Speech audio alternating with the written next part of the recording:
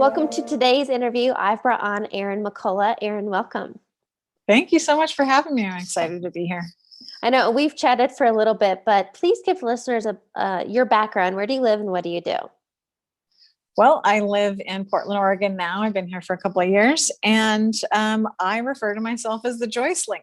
I show people how to find and cultivate their joy daily so that they can live in joy and enjoy their lives now. And that's actually, I imagine, have you seen the movie, the Disney movie? Crap, I'm drawing a blank. It was the most recent Disney movie. Oh, Heather, come on. Mulan? No. It's the guy. Crap. Well, the point of the movie is the motto. It's called Soul. There it is. It took me. Oh, yeah, I have seen that. Yeah. And the whole motto, if you get to the end of that movie, Soul, is joy. That is our purpose. Yes. Because people are out there seeking, what's my purpose? What's my passion? What am I meant to be doing? Living in joy. So I definitely want to get into that later. But before we go there, please give a background that you were living the American dream. You had attained everything that's supposed to make us happy. And I'd love for you to share your journey to let others know that. I love it. Jim Carrey says, I wish everyone could be a movie star and have $1 million to make you realize it's not what'll make you happy. Yeah. Interestingly enough, I was talking to a friend the other day, and we both had taken the seminar, and that guy who was facilitating the seminar said, "You want to know what it feels like to be a millionaire?" And everybody was like, yeah, I want to know what it feels like. Okay, close your eyes. He's like, that's what it feels like. It feels the same. You're still there. So if you haven't done the work on yourself, like, it's still you. The money doesn't do anything except, for a lot of people, it creates a lot more issues, right? I'm not saying I'm all about abundance, 100%, like get all the things, have all the things. It's the recognition of knowing that those aren't the things that are going to bring fulfillment, meaning, and purpose in your life. We're here for spiritual development. We're here to grow as humans and to heal and grow from those things that have happened in our lives. It's not the story. It's what we decided about this story. That's what we're working on in this lifetime right now. That's the sweet spot. That's what we're after here. And that, when we recognize that and can learn processes or strategies to figuring out how to do that, that is how we heal and grow and enjoy this life, is when we start to discover there's other things going on behind the scenes that we can experience in a way that isn't so traumatic and go through versus going around or tamping down, which is a lot of what we spend our time doing. Well, and if you want to share as much as you want, but what is your backstory and your journey to have gotten to where you are? Because we all have that. 100%. Yeah. So that story, it really started to culminate around an anxiety disorder that I created through talk therapy. And it was the over and over talking about trauma that happened in my life that created this experience of anxiety, where I was having panic attacks to the point where I holed myself up for about 8 or 9 months in my home, unable to leave except to go to the grocery store and to a counselor. And through that narrowing of that experience, I was able to get some relief on the chemistry side of things through a homeopathic psychiatrist. But it took me another decade to recognize that there was a better life to lead. And it happened through, I had an experience where I was frantic, which was sort of my normal state of being. And I thought, why don't I, try and find a way to be different? I had, so in this state of being frantic and stressed out, I was going to help a client, and I raced over to a friend's house, and I backed into her driveway, and I sideswiped my car in her husband's truck. When I came back later to retrieve my daughter, who I'd left at her house, my friend told me that her husband was under the truck that I had sideswiped, and that he thought he was going to die. He thought the truck was going to land on him. Pardon the interruption. If this content is resonating with you, I want to offer you some additional resources. Check out my website, heatherhakes.com, and take the free life assessment.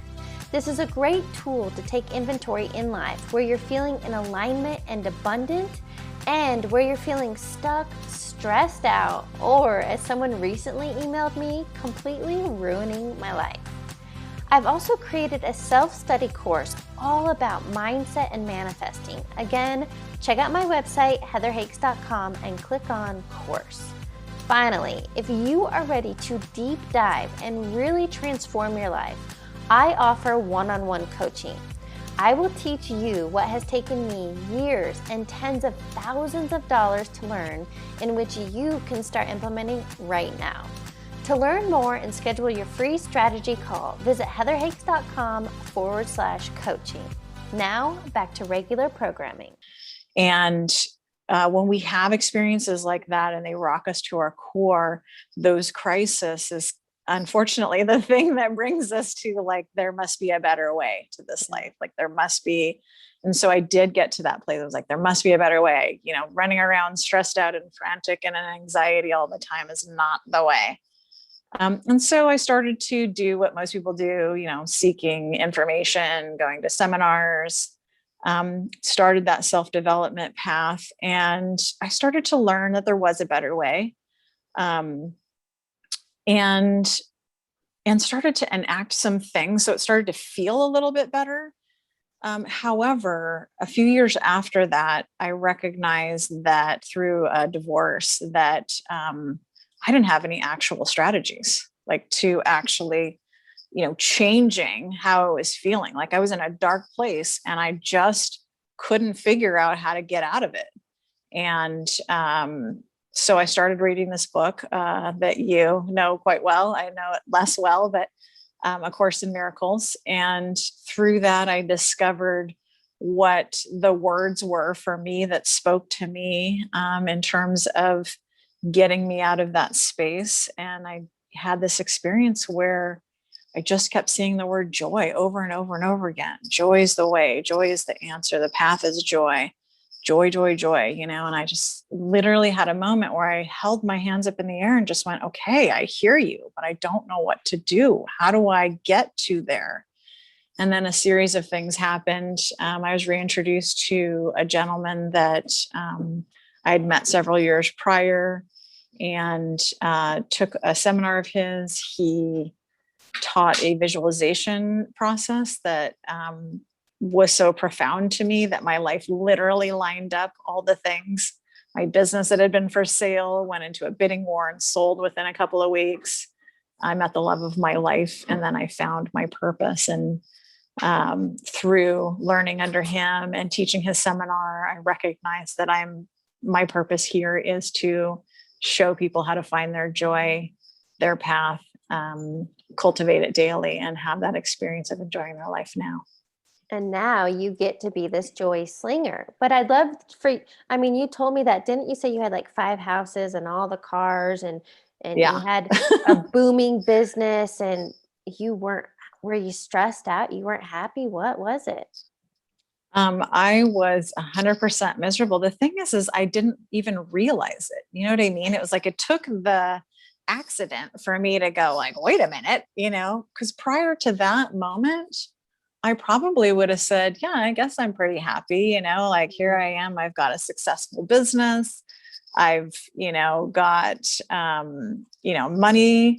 I've got flexibility. I've got houses. I've got a nice car. I've got, all the things. I was going overseas on trips with my daughter all the time. And, I was just doing all the things. And yet it was just never enough, and that gain, that external, we had talked about this difference between happiness and joy. Happiness is seeking the external in order to feel good. Joy is going internal in order to heal and grow so that you can cultivate our true essence, like who we really are. See, I thought I was my thoughts and I thought I was my emotions. And so my experience was always this roller coaster ride of like, oh, what's going to happen today? Oh, this person, did this, and now I'm in reaction, and this employee did that, and my client called and complained, and these things aren't working out all over the place. And I'm in reaction, reaction, reaction. So it was just like up and down and up and down. And then I realized through teaching that, I am separate from my thoughts. I am separate from my emotions. And the only thing that I can control is actually that, my thoughts and my emotions. Everything else is free for all. Like, I can't control people. I cannot control circumstances or outcomes. We have this idea that we can do these things. Like, there's this formula. It's like, if I do X, then Y will happen. And that formula like hardly ever works out, but we don't even stop and think like, that's, I said it, I did this, and this was supposed to be the outcome, and that outcome didn't happen. How come? We don't go back and go, how come? It's like part of that indoctrination in our society. It's the same one that says, success looks like lots of money and things, right? And it's the same one that says, you're not going to feel good or happy or have arrived until you have a stack of cash and a nice car and a big house and all those things. And I got there and I had those things and I was miserable, but I didn't even know I was miserable. That's what's crazy. And so it's like, we just buy in, you know what I mean? Oh, well, we're conditioned. That's what we know. But I have a question for you, because you didn't even know were you living life on autopilot? That's the term that came to mind. Okay. And don't you, well, my perception, my judgment, my observation is that most people, especially I used to do this before I left corporate, we're living life on autopilot. We're going through the motions. We're getting up, cheering on Friday, dreading Monday, week in and week out. And it's the monotony because that's just what we know. Yeah. And that's the thing, is we don't know different. That's why podcasts like this, these conversations are so important, because there is joy to be had in this life right now, in this very moment. I don't have all those things that I had before. And it's not that I don't need them anymore. Like, I don't need, like, what do I need 5 houses for? I don't need 5 houses. I have a lovely car that gets me from A to B. I have wonderful relationships with people. And those are the things. Like, I don't think we get on our deathbed and we go like, yay, hooray. I wish I had, first of all, worked more hours, right? I wish I had amassed more cash. I wish I had amassed more things. Now we're on our deathbed going, I wish I had spent more time with my family and the people who I care about and had deeper, meaningful relationships with them. It's hard to have meaningful relationships if you don't have your act worked out. Like, we think we have meaningful relationships with people. We think we're communicating in a way that is meaningful. But when you haven't healed yourself and you haven't created the growth in your life that you are meant to have, then those relationships lack too, because there's not a mutual ground in order to understand each other. If you don't recognize that there are things going on in the background that are running the show for you, which everybody has, these are beliefs that were created at a very young age. And they are dictating how you're going to behave, what you're saying, how you see this world, the full like lens and filter in which you see everything and everybody. If you don't know that that's going on in the background, then you have no idea what's possible right over here, which is a huge like world opens up for you when that's possible. And so looking at those things and having a process in which you can look at how this world is unfolding for you and be not in resistance to it, like understand that like, when I'm in reaction, that's mine to own. And how do I do that? And how do I heal from that so that I don't have to feel awful anymore? Like, nobody's talking. I mean, people are talking about this thing, but not like mass society, right? So having these conversations are so important because there is a better way. Mm-hmm. There is a better way. Well, and what a vision that came to me while you were talking about that is, when we're living life on autopilot, we are tunnel visioned and we can only see in this very limited perspective. Where the truth is, maybe when we start asking questions and listening to information and question our thoughts and beliefs, all of that can crumble and dissolve so we can see 360. Yeah. So I want to know from you, what seems to have changed for you is this whole visualization technique that you learned. can you share with us what that is and what different things came for you? So I'll tell you, when I work with a client or even when I teach a class, the very first thing we talk about is, what is that story? The story of all the Mm. wonderful things that happened in your life. No, it's a story about all the trauma, right? All the things. So I say, what is your story? And this is an exercise that I have people do because I don't think most people don't recognize how attached they are to that story. Like how that story is one of those things that sort of running the show behind the scenes. I have to say, and that's when we say people have baggage or emotional baggage. You are literally, whether or not it's hand and, carrying it, you are carrying it by being chained to your story. But go on. Yeah, 100%. That story, here's what I'll say about that story. So the exercise is write out that story, all the things, all the wrongs, all the unfairness, all the judgment, all the, things you decided about yourself, based on those, right? So you write out that story and then you tell that story out loud to yourself, right? You say it one more time and then you never tell it again. You're not allowed to speak it aloud to anybody again. You're not allowed to get into a relationship over it, because we love to do that. It's like, oh, my dad was an alcoholic and abusive. Oh, me too. Yeah, let's make a relationship over that. No, let's not. Let's not make a relationship over hurt, right? Make a relationship because you're beautiful humans and you want to be in a relationship, but not over those things, right? And then we work on this piece of, how is that still coming into my mind? What are the thoughts that are still attached to that story? Then that story goes away. Burn it, rip it up, throw it away, do whatever you want. Then we create that visualization piece, right? Where it's like, what is the new story that we want to create? That's a day in the life of all the things that we have ever wanted, based on it's just the outcome, not the how do I get there, any of that stuff. And then we use that story that we've written out with all the feels, including every sense, taste, feel, hear, smell, all the things, like get so into that story with all of the details. And then you use that story as your visualization every single morning. So you start in this day in the life of everything I ever wanted to create. And what we're looking for is an elevated emotional experience. Like when I am in my story in the morning, like I have tears of joy streaming down my face, because like everything I ever wanted, that's a pretty fantastic day. No, I mean, that's a great way to start the day. So I'm like, yes. And this just happened. And yes. And that just happened. And that is so awesome. And I can't believe it. Oh my God, Yeah. I saw myself in the mirror and literally like, woohoo, woohoo. We're just like, can you imagine waking up that day? And that's the kind of energy that you begin your day with. Of course, you're going to have a great day. And even if challenges and obstacles come your way, which they're going to, right? We're humans.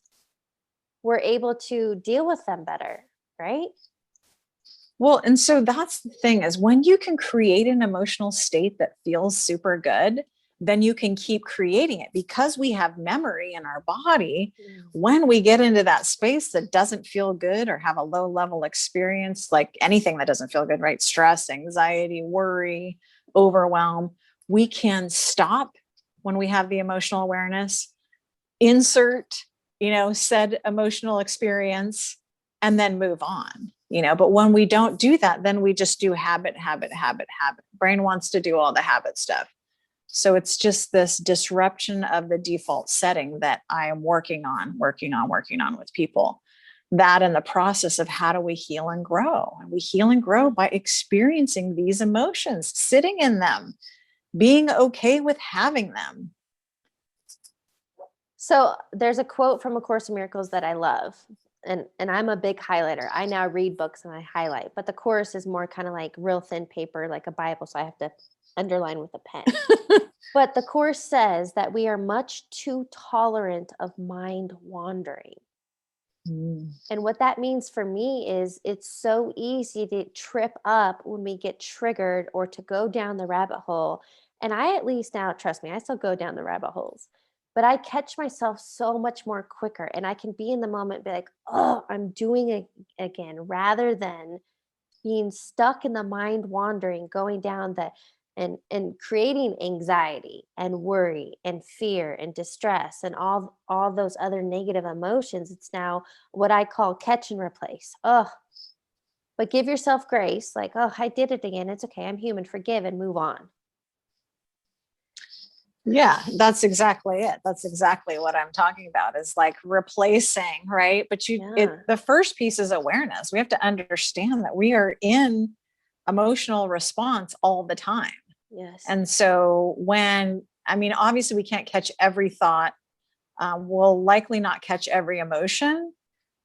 However, when you begin to practice looking at being here now and going, oh, that's interesting. All of a sudden my voice is raised, right? This is a practice. It's not something that you can't go to the gym, work out once and be buff. It's like, no, right? It's like, yeah, you got to keep practicing. And talk about baby steps. Such a baby steps, right? And so we are so used to seeking out what hasn't happened, right? So what like the scarcity, starting from a place of, in the morning, like I didn't get enough sleep, I don't have enough time, right? All the things, right? That we have to catch ourselves, and rather than, go down the litany of lists of all the things that we didn't do right or didn't get right, we've got to start training our brain to look at the things that we did accomplish, right? This is a very different way of looking at it.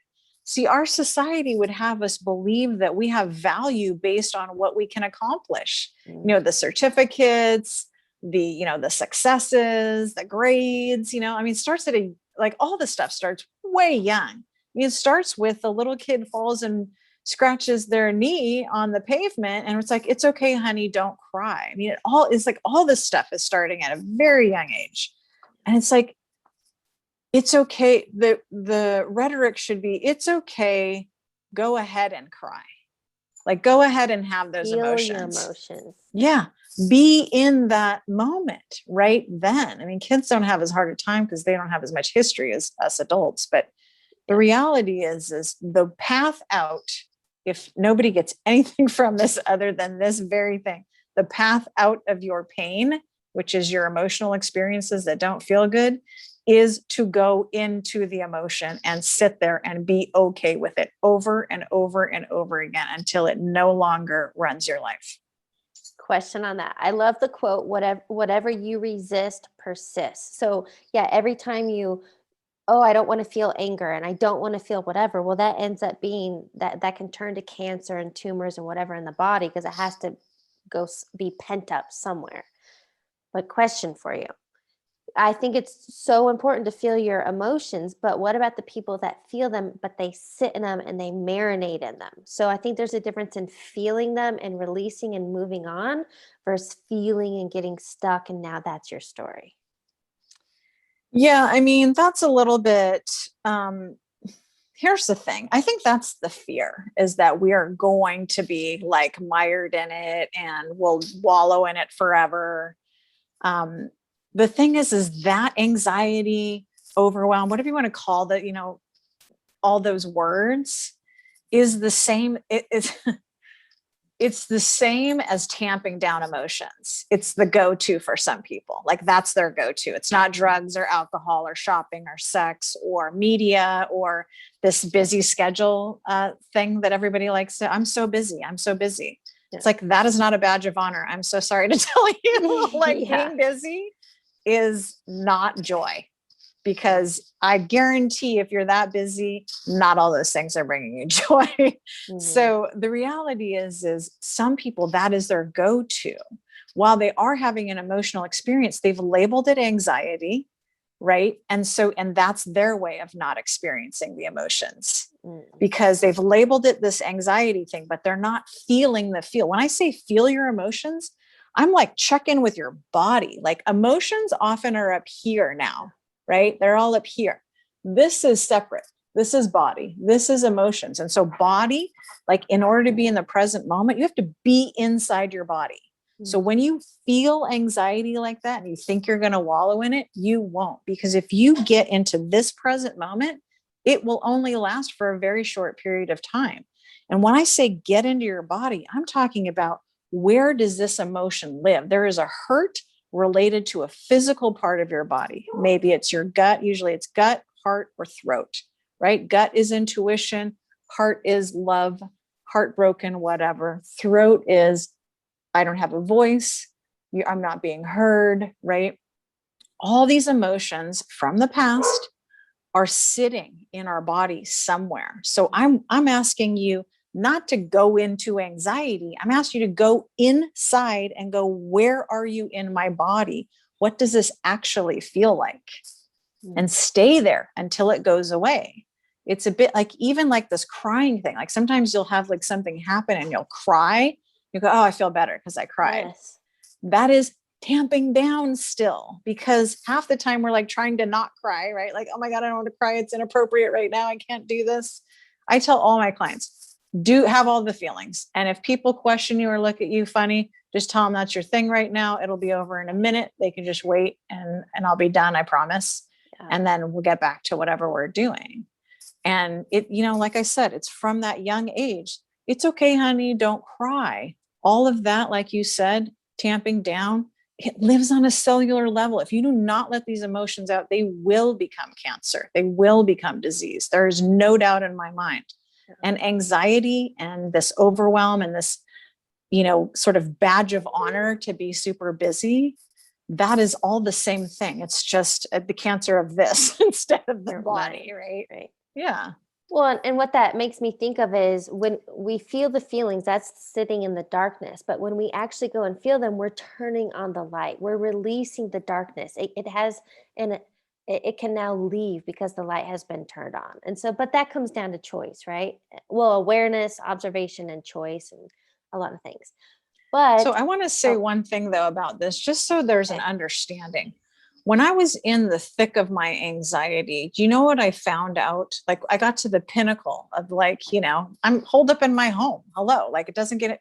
I mean, it might get worse than that. Terrors and PTSD and stuff like that. But what I discovered is that anxiety was put in place as a defense mechanism so that I couldn't feel the feelings, basically. So we call it anxiety and we think that's a feeling. That's not the actual feeling. There's something below that is the actual like body feeling of that thing. And so that anxiety literally was just like, don't go there. Like, do not come on the other side of this. And when I got to the top and I looked over that wall, there was nothing there. It was void, nothing. And I went, whoa, like, huh?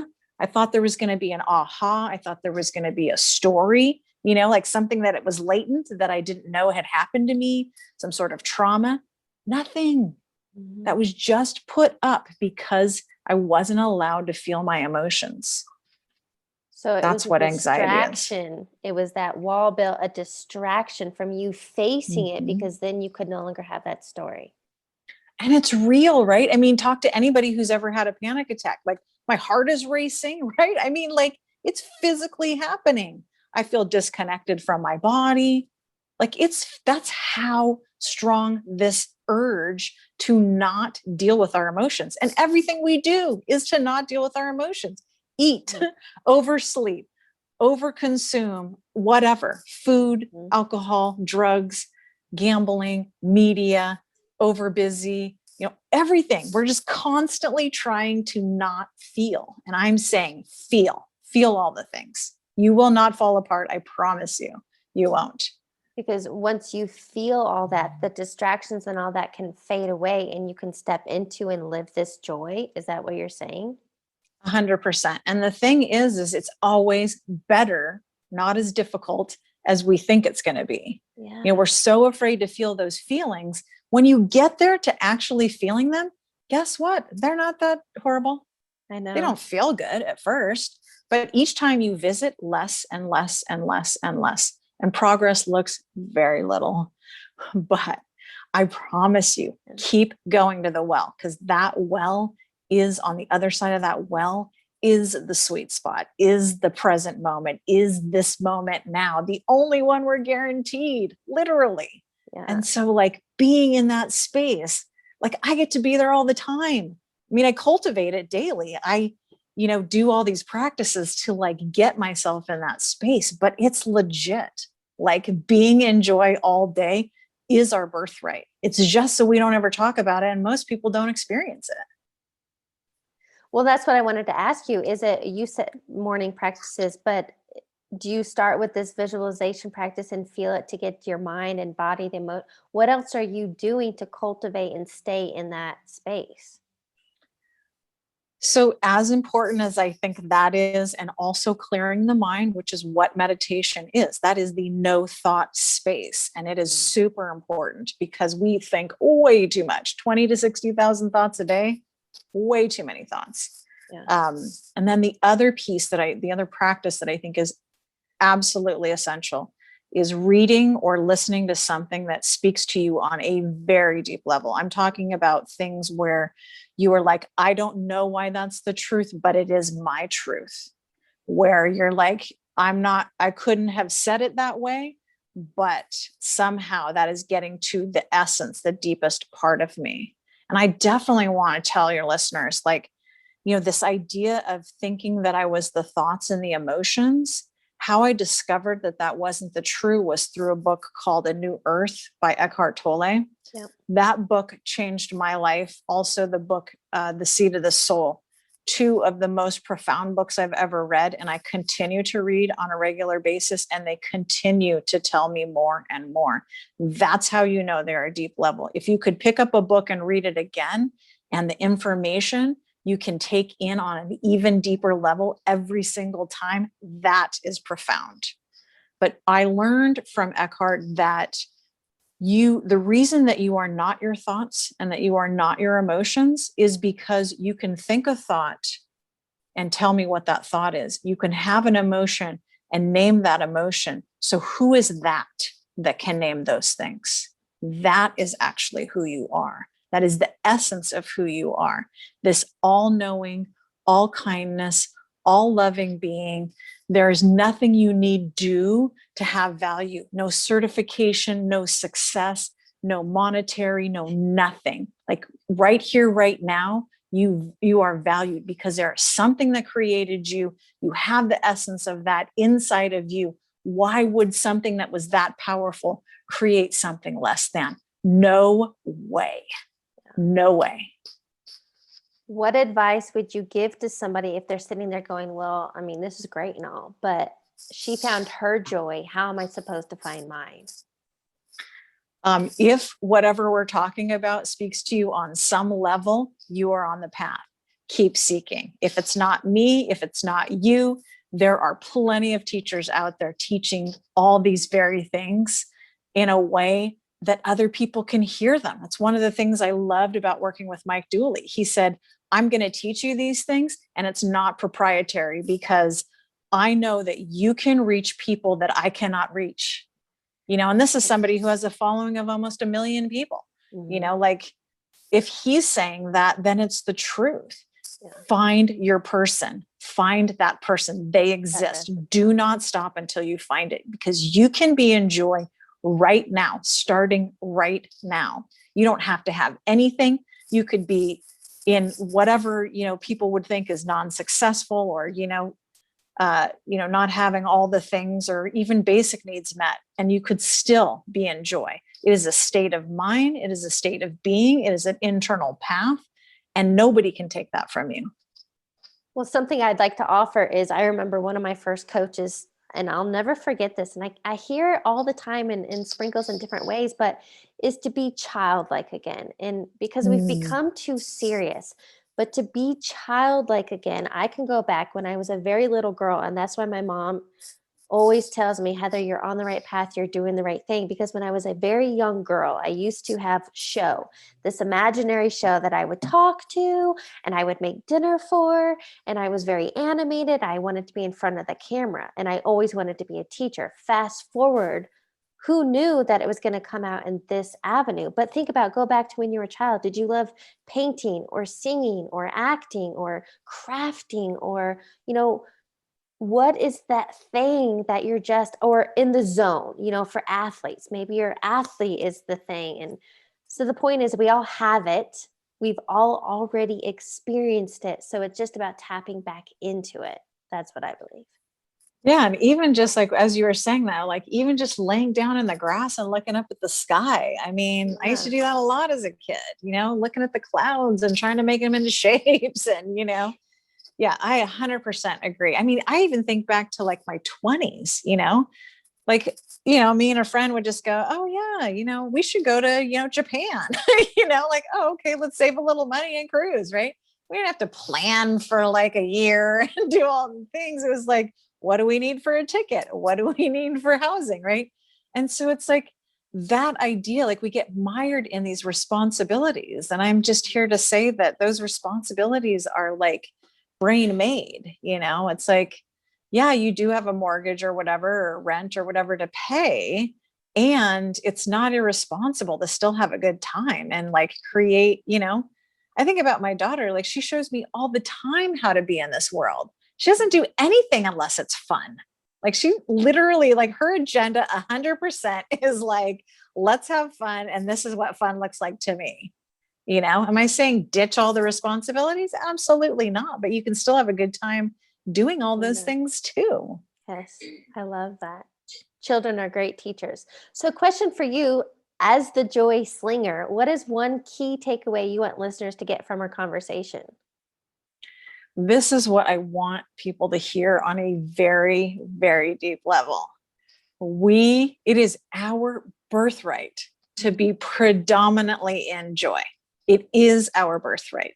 If that is not the experience you are having, please seek. It is possible. It's not just me. It's not just Heather. It's not just some of these people that are spouting these things, and this idea is so funny because people are like, oh, that's so woo-woo. How do you talk to a corporate client? How do you do that? It's like, I just bring me and they either are in it or they're not in it. Yep. And the path looks different for everybody, but there are teachers everywhere and in every way. So just keep finding the book, finding the seminar, finding the documentary, finding the something, because it is there for you. You just have to find that path. That's all. And it's not that hard. It's there. Yeah. Look for the crumbs, the what you seek. Yes. The messages are out there. That's what I'm saying. I'd love to wrap up the interview. I have a couple rapid fire questions for you. Great.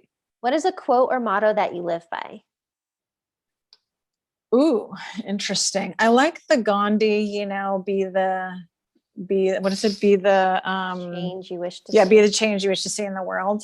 I also love this idea. May I show love to every being in every way that I can, in every how that I have, and love that, because I think that's why we're here, right? Is we want to be loved and love. I love that. What is a book you're currently reading or highly recommend? Oh my gosh. I'm always reading several. Right now I'm reading this book, The Soul of Money, which is like seriously blowing my mind. It's about like this idea of scarcity and sufficiency. Like, how do we create sufficiency in our lives right now? And so that we're not after all these external things. And also this give back, right? Because I know that as the human experience is that we love to help people and be in service. And so how do we kind of combine those things and recognize the scarcity that's happening in our lives?